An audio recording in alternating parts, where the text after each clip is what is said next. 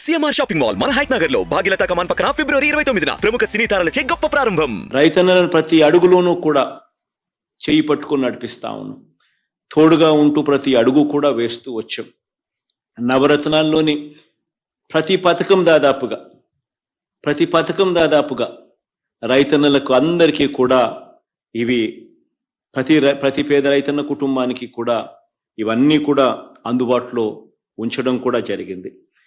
ఈ పెట్టుబడి సహాయాన్నే ఒకసారి తీసుకుంటే మనం ఎన్నికల ప్రణాళికలో ఎన్నికల మేనిఫెస్టోలో మనం చెప్పిన మాటలు ఒకసారి గమనిస్తే మనం చెప్పింది 12,500 ఇస్తామని 4 సంవత్సరాలలో 50,000 రూపాయలు ఇస్తాము అని చెప్పి మనం ఎన్నికల ప్రణాళికలో చెప్తే ఆ చెప్పిన దానికన్నా మిన్నగా 5 సంవత్సరాల పాటు రైతులకు ఖచ్చితంగా ఇది అమలు చేస్తూ 12,500 రూపాయలని చెప్పింది ఏదైతే చెప్పామో దాన్ని 13,500 కూడా చేసి ఏకంగా చెప్పిన 50,000 అని చెప్తే 13,500 ఇంటూ 5 సంవత్సరాల కింద ఏకంగా 67,500 ఇచ్చి చెప్పిన దానికన్నా మిన్నగా ప్రతి రైతన్నకు 17,500 రూపాయలు ఎక్కువగానే ఇచ్చిన ప్రభుత్వంగా మన ప్రభుత్వం ఉంది అని చెప్పడానికి కూడా గర్వపడతా ఉన్నా.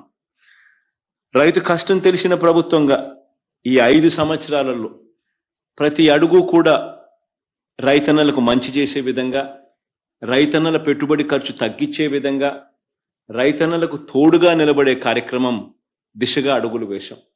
దాదాపుగా 19 లక్షల మంది రైతన్నలు, వారందరికీ కూడా మంచి జరిగిస్తూ 9 గంటల పాటు పగటిపూటే నాణ్యమైన కరెంట్ ఇచ్చే కార్యక్రమం కూడా జరుగుతూ ఉన్నది కూడా ఈ 57 నెలల కాలంలోనే.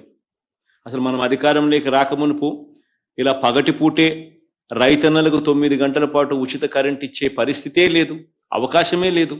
ఎందుకనంటే ఫీడర్లలో ఆ కెపాసిటీ లేదు. ఆ ఫీడర్ల కెపాసిటీ పెంచకపోతే ఇది ఇచ్చే అవకాశమే లేదు. ఆ పెంచడానికి మరో 1,700 కోట్ల రూపాయలు ఖర్చు చేస్తే తప్ప, ఫీడర్ల కెపాసిటీ పెంచితే తప్ప రైతులకు పగటిపూటే 9 గంటలు విద్యుత్ ఇచ్చే పరిస్థితే లేదు అని చెప్పి అధికారులు చెప్పినప్పుడు ఆ 1,700 కోట్ల రూపాయలు కూడా ఖర్చు చేసి రైతన్నలకు పగటిపూటే ఈ రోజు 9 గంటల పాటు రైతన్నలకు ఉచిత కరెంటు, నాణ్యమైన కరెంటు ఇచ్చే కార్యక్రమం కూడా జరుగుతూ ఉన్నది కూడా కేవలం ఈ 57 నెలల కాలంలోనే. ఇలా ఒక్క రైతుకు మాత్రమే దాదాపుగా ఈ 19 లక్షల మంది ఈ రైతన్నలకు మాత్రమే, ఈ పంపు సెట్ల మీద ఏదైతే ఆధారపడి వ్యవసాయం చేస్తా ఉన్న ఈ రైతన్నలకు మాత్రమే ఈ 9 గంటల పాటు ఉచిత విద్యుత్ పగటిపూటే ఇచ్చే కార్యక్రమం ఏదైతే జరుగుతూ ఉందో ఇదొక్క కార్యక్రమమే దాదాపుగా ప్రతి రైతన్నకు 45,000 రూపాయలు ప్రతి సంవత్సరం ఈ ఒక్క కార్యక్రమం ద్వారా రైతన్నకు మేలు జరుగుతూ ఉంది. ఈ ఒక్క కార్యక్రమం ద్వారా పగటిపూట 9 గంటల పాటు ఈ రైతన్నకు వచ్చే ఉచిత విద్యుత్ కార్యక్రమం ద్వారా సంవత్సరానికి దాదాపుగా 9,000 కోట్ల రూపాయలు ఖర్చు చేస్తూ ప్రతి రైతన్నకు కూడా మంచి చేసే కార్యక్రమం జరుగుతూ ఉంది.